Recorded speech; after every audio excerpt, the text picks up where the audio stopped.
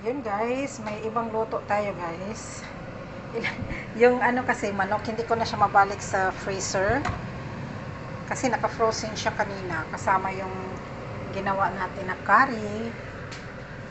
Tapos, ang gagawin ko is, anuhin ko na lang muna siya, i-fry muna siya sa onion, tapos ilagay yung manok.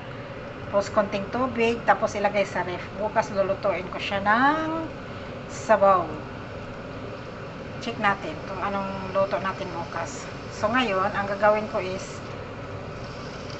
lutuin ko muna siya sa sa sibuyas, tapos continue na yan bukas. Sibuyas tapos manok, that's it. Hindi natin lagyan ng tubig.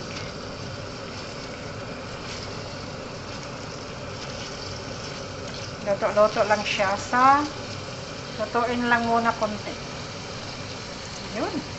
Fried onions.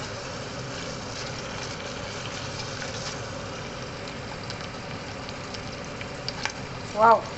Talsik-talsik na naman siya.